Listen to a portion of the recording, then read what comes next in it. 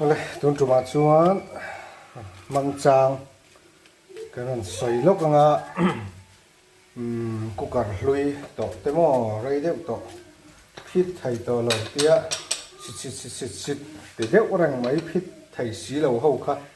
kha tiang khai nei ve chuan ati dan ol sam deuh mai kan ron sawm o in cooker kha hei hi phoi anga ti chuan hei nen chin don ta ni hei hi alo cha ve thina alo chuanin khang kha awang khanin alo phit thei lo mai mai khan ya than hi chu hei aval lo li ka wang te ani ta aval phali chuan aval phit thak ngai ni mai ya maro chu phit thei lo na zong kha chu aval phi ni lem lo ni mo washer wang po ni ro ba hei hi ti hian hei sandpaper le kha thap hian ti hian kan ti don ta ni mo kan thianga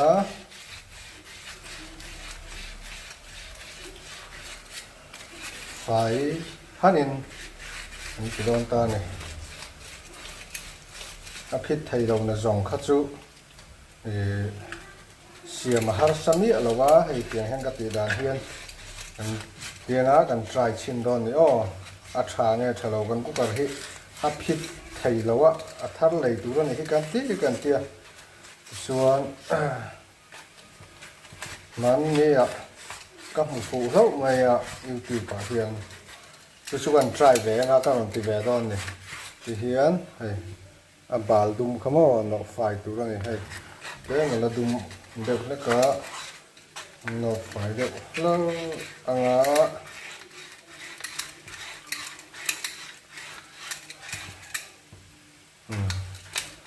phải review tủ ngay là đủ thứ sao mà chọn hàng cái bò hi vào phen tới hi chia thì là hay gần đặt thật xin dùng xin mà nghe ô nó sạch lẽ mày à nó sẽ thấy cái nó tiền đó cắt mày nó sẽ thấy được đó nó có ăn về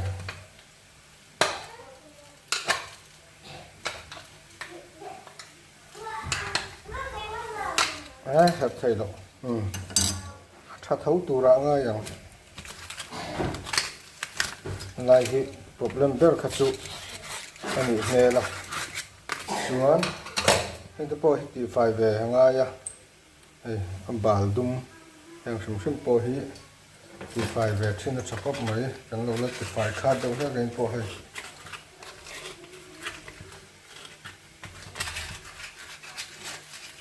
sandpaper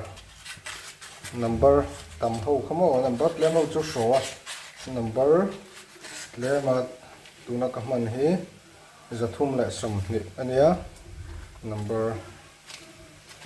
phải được chu a so lu tuk chu a ei na a ei rual lo thina mo chu wang chuan in a number tam kha a tha ni man khamo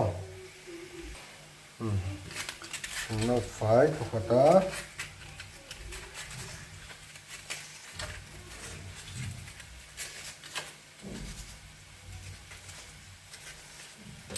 xuống hay lu bò kì ngọt là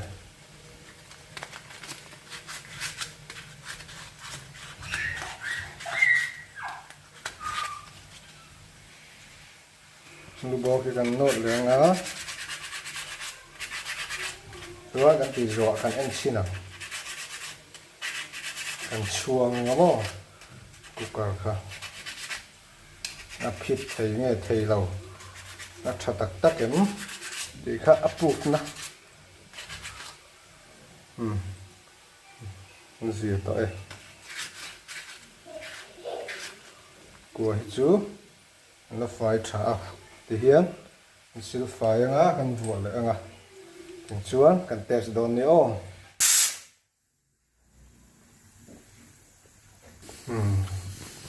a phit do ni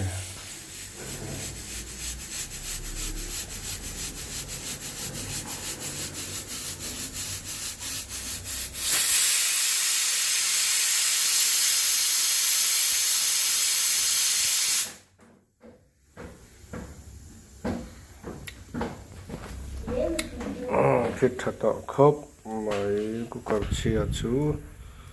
fit thầy lâu hậu khá khát tiền khán để trên tủ ra nè